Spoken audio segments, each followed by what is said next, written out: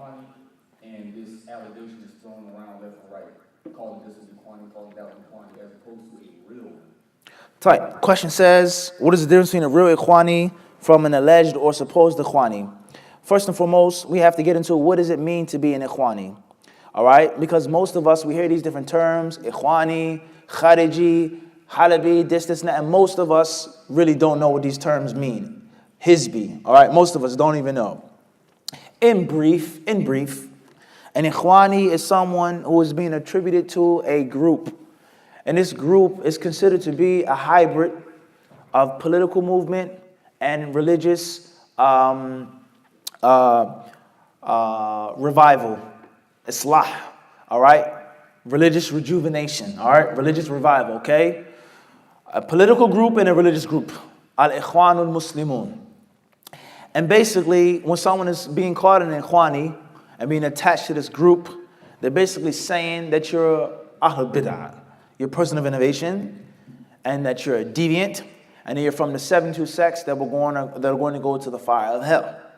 And basically, why you're being called an Ikhwani is you have the principle نتعاون فيما اتفقنا عليه ويعذر بعضنا بعضا فيما اختلفنا فيه.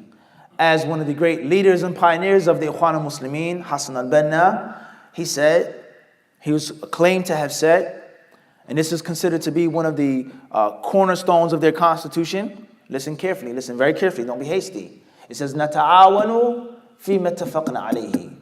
We work with each other and upon that which we agree. If we can agree, then we should work with each other. وَيَعْذِرُ بَعْضُنَا بَعْضًا فِي مَخْتَلَفْنَا فِيهِ. And when we differ, when we fight, when we don't agree, then we excuse one another. So they're basically saying that anyone who is on the podium with this one, or goes to this masjid, or speaks with this one, or agrees with this scholar, they say he has this principle. That is basically a big kumbaya.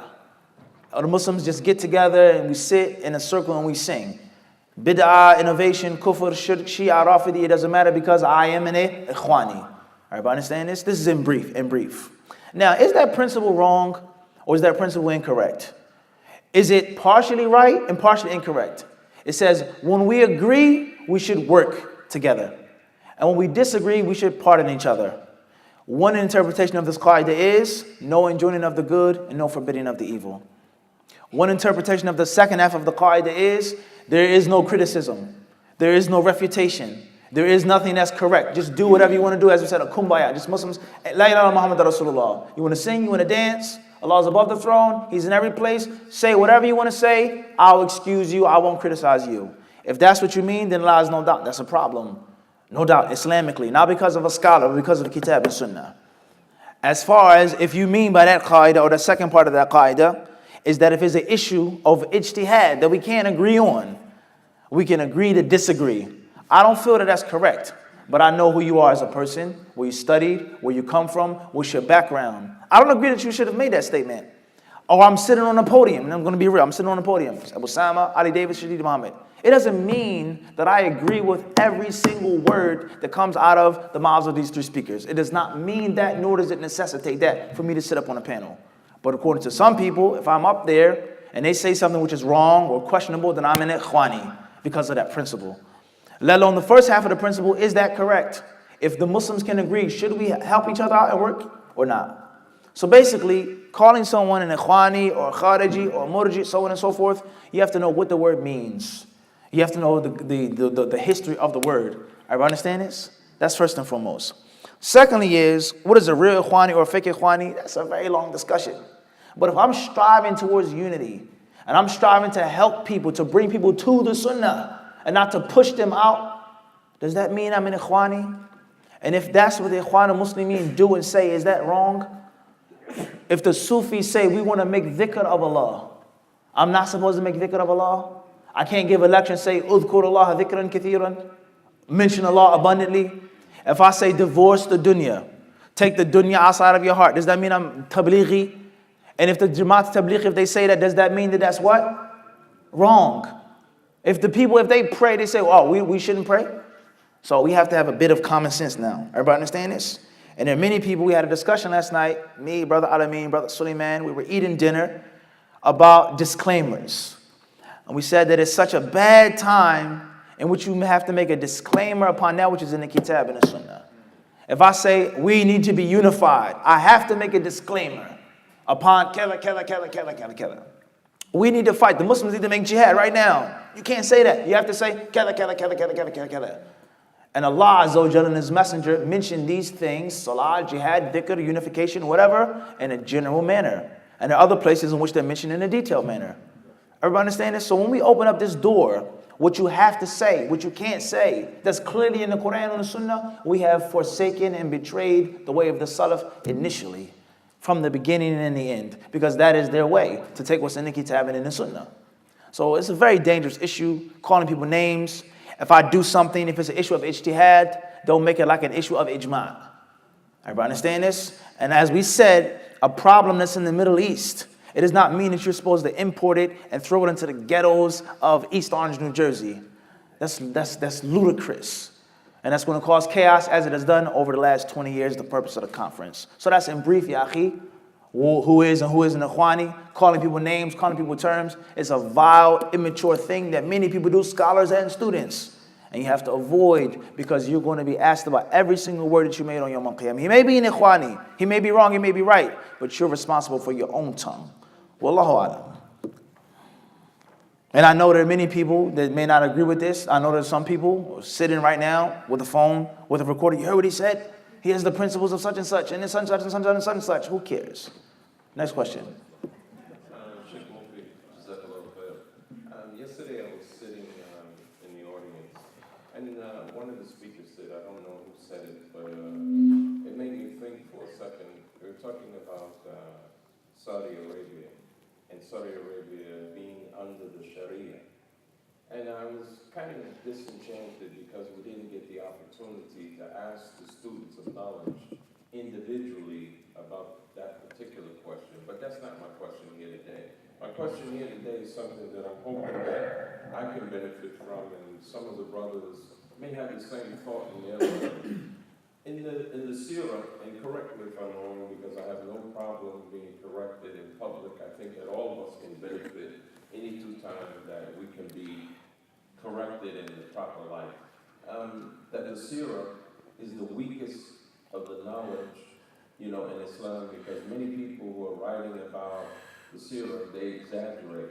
One of the things that I find is that all too often that the Arabs in particular, they refer to Ibn Hisham for everything about the seerah.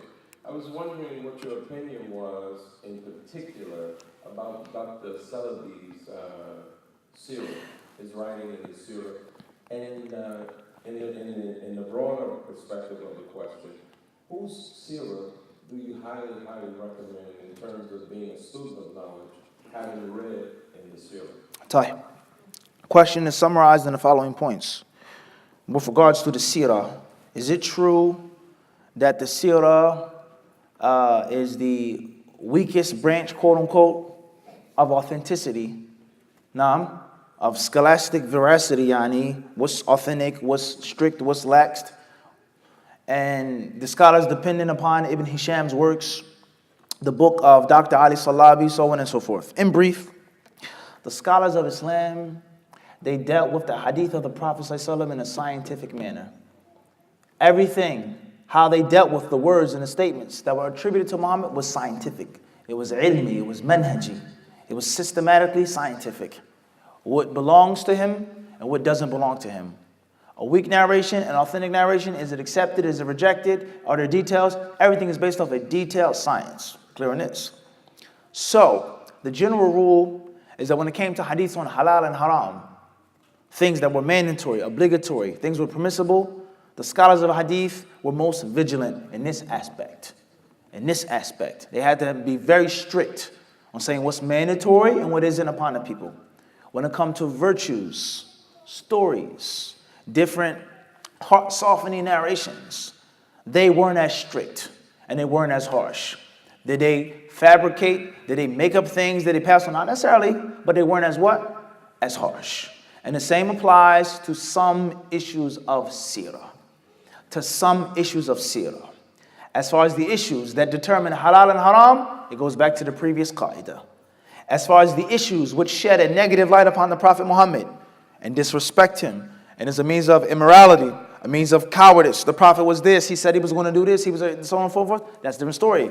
But the different battles, what happened, what the mushrikeen said, Iblis came in the form of an old man, so on and so forth, in which there's no rulings, then there lies no doubt the ulama of hadith, and the other ulama as well, they mention those narrations. And there's some stories in the Sirah which are extremely famous and popular, and they are inauthentic according to the scholars of hadith, but they're still being mentioned. That's in brief. That's in brief. As far as Ibn Hisham, rahimahullah, there lies no doubt he's a major authority on Sirah, but there are other sources as well. And that's another major misconception and fallacy, is that Sirah is only taken from books of the Sirah. Imam al-Tirmidhi has the most extensive source of Sirah from Kutub al-Sittah. Al-Bukhari, Muslim, Imam Ahmad, and the list goes on, in which there is no Ibn Hisham in the chain of narration. So the Sirah, a good part of the Sirah is found in the Quran. And a good part of the Sirah is found in the Hadith of the Prophet that has nothing to do with Ibn Ishaq, Ibn Hisham, so on and so forth. Even though Ibn Hisham, without a doubt, is a heavy hitter in the concept of the Sirah. Clear on that. As far as the book of Dr. Ali Salabi, I've never read them. Not in English or in Arabic. One of my students in Medina, he recommended those books with regards to the Sirah, the Khulafa, the different battles, but I myself, I haven't read those books. And I don't feel that it's permissible or valid to give a ruling on something that I haven't read, as many other people may do. I haven't heard of him, he's unknown, he's Ikhwani, he's this and that. I have not read those books. I cannot give you a valid, assessment of those books. What I've heard about them is good. The books, I do not know Dr. Ali Salabi, who he is, and that's not important right now. But the books, the information, I've heard good. I've looked at, perused just, in the shelf. It seemed to be solid, but I actually haven't read it. But the books are well known. They're well known. And there are many other sources as well, in English and in Arabic. Wallahu alam. Barakallahu fik, Shaykh. Tafadal. What will be the best source in Arabic as a student of knowledge, or even in English? From the best sources is Tahdhib al-Sirah Nabawiyya of Nawawi. Nawawi has a summary of those previous works. Ibn Kathir has Al-Fusul fi Sirat al-Rasul, which is an excellent work as well. Ibn Abdul Wahhab has a summary of Zad al-Ma'ad. Zad al-Ma'ad Ibn Qayyim is one of the best books. Sheikh Abdul Muhsin al-Abbad, he would tell us, when you go home in the summertime, he said, read that book every summer. Read that book each and every summer. Zad al-Ma'ad, Provisions for the Hereafter. And there are many other works as well. Wallahu a'lam. Wa alaikum salam wa rahmatullahi wa barakatuh.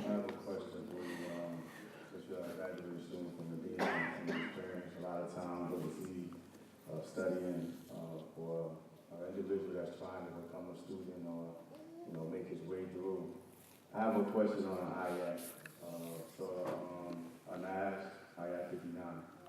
I need you to explain, because I heard different statements dealing with this ayat. It said, "Oh, you who believe, obey Allah and obey the message of Muhammad sallallahu alaihi wasallam, and those in authority from among you." That statement, I have heard numerous different explanations to that statement. I'm asking of you, can you explain this ayat? I understand if you differ, you take it back to Allah's message, but that part is clear to me. But the first part of that ayat is explained in numerous different ways. Some people think that the authority is the scholar. Some say the authority is the leader of your community, or those being imams. So I'm asking of you, how do you adhere? Sorry, crystal clear. First and foremost is, as we've mentioned in many classes, there is no how do you become a student of knowledge. I want to become a student of knowledge. Do or do not. There is no try. Do or do not. There is no such thing as try. You want to be a student of knowledge, make that your sincere intention, khalas. I didn't go overseas yet. I don't know Arabic yet. I'm older. I'm a female. I'm married. I have kids. I'm divorced. I'm this. I'm that. I'm black. I'm Chinese. I'm this. I'm that. If you want to be a student of knowledge, no one can stop you from being a student of knowledge. We just spoke about this the other day.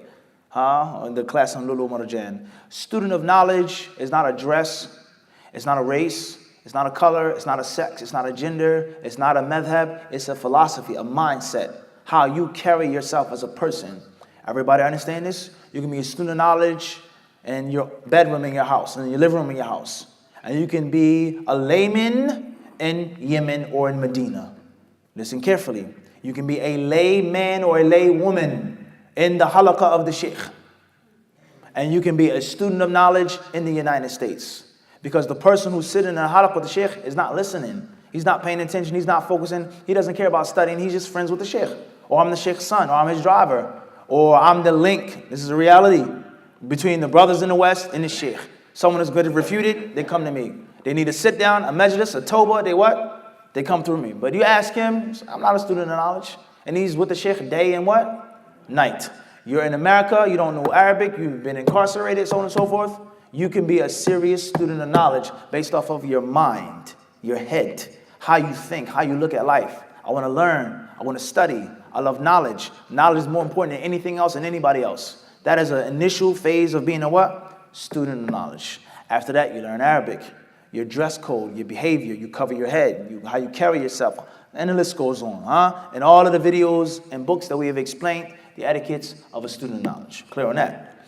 As far as the ayah in Surah An-Nisa, then the meaning is clear and it is simple.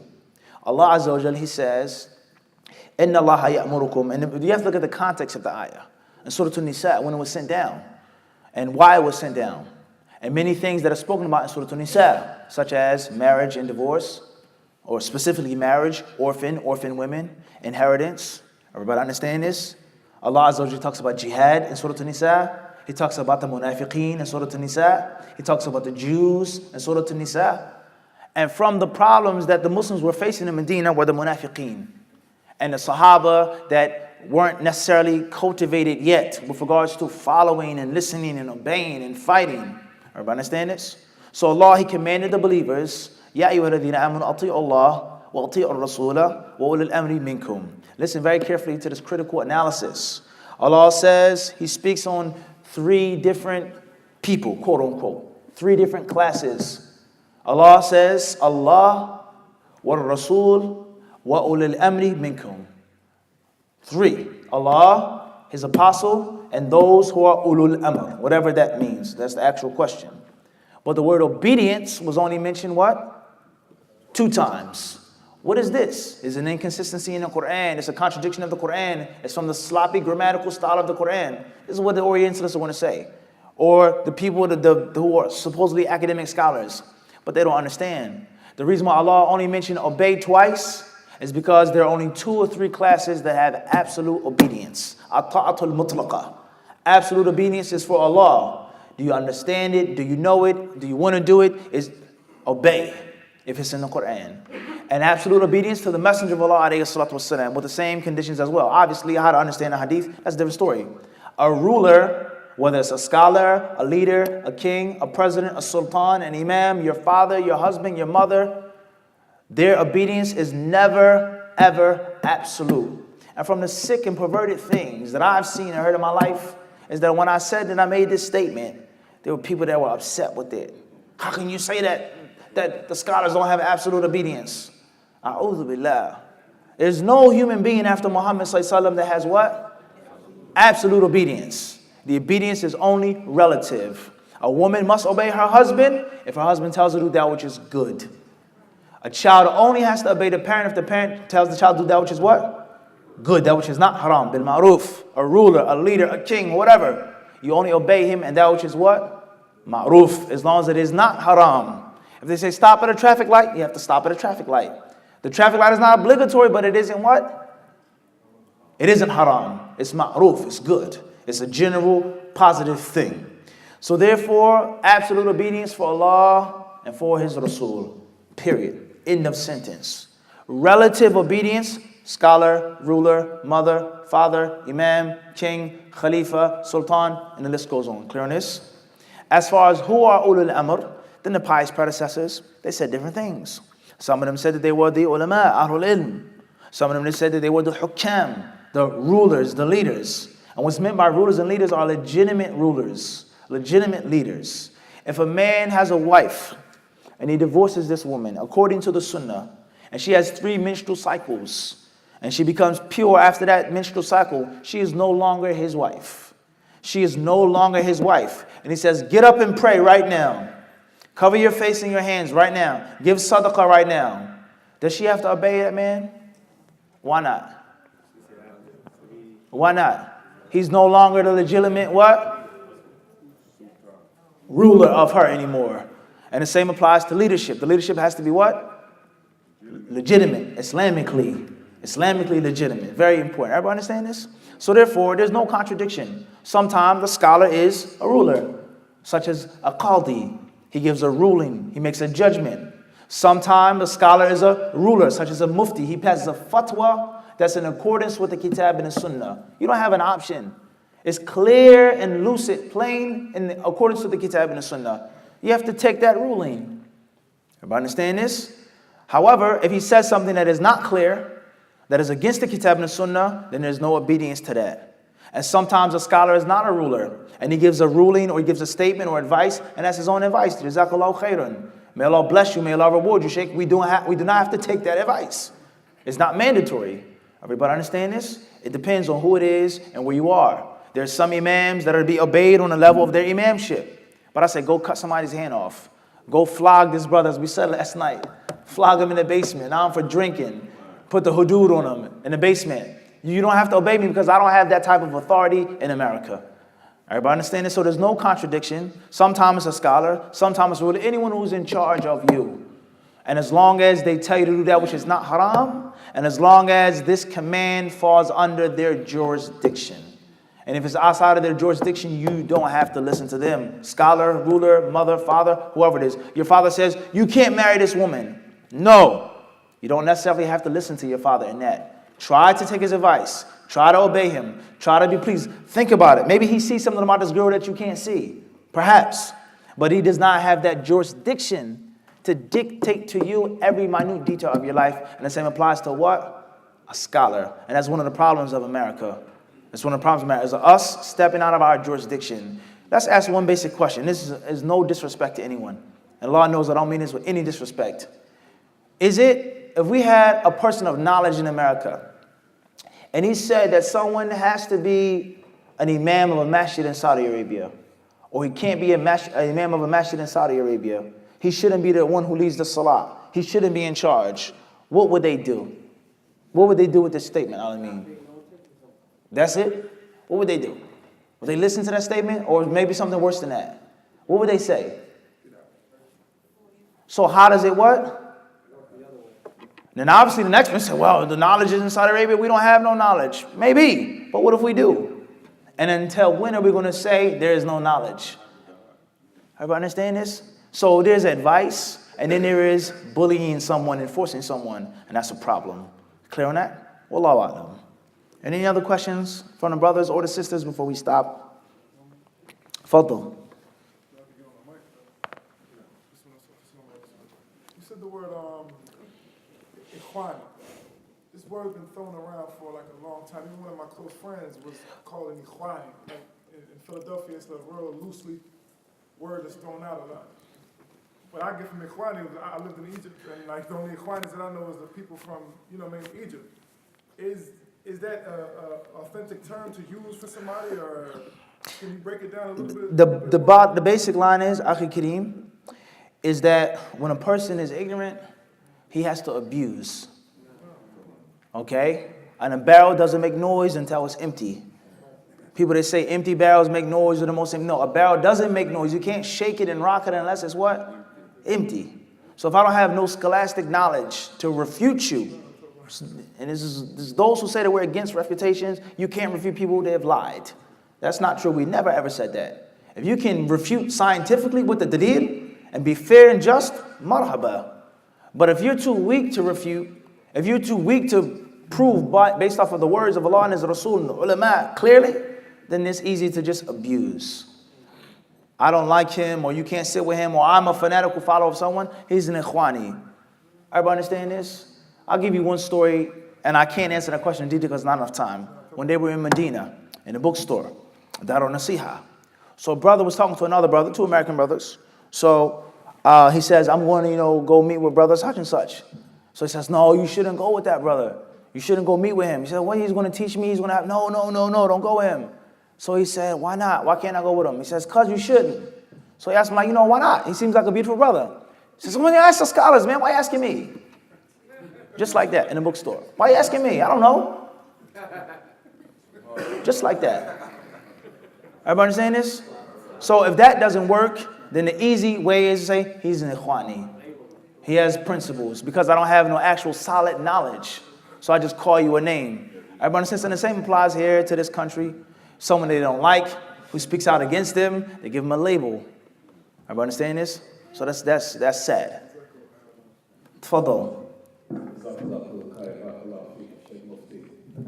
We appreciate your public address, and I'm sure I speak for everybody in saying that. My question is with regard to, well, first of all, there's a lot of terms being kind of loosely used. The brother mentioned Ikhwani. We often hear Darul Imam, Darul Kufa, Darul Islam. A lot of these terms, from my understanding, Allah subhanahu wa ta'ala knows best, and if you can inform me, that would help as well.